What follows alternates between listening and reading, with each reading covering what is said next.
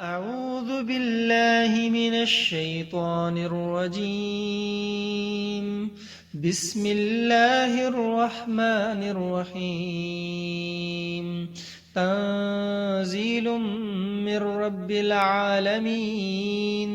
ولو تقول علينا بعض الأقاويل لأخذنا منه باليمين ثم لقطعنا منه الوتين فما منكم من أحد عنه حاجزين وإنه لتذكرة للمتقين وإنا لنعلم أن منكم مكذبين وإنه لحسرة على الكافرين وإنه لحق اليقين فسبح باسم ربك العظيم.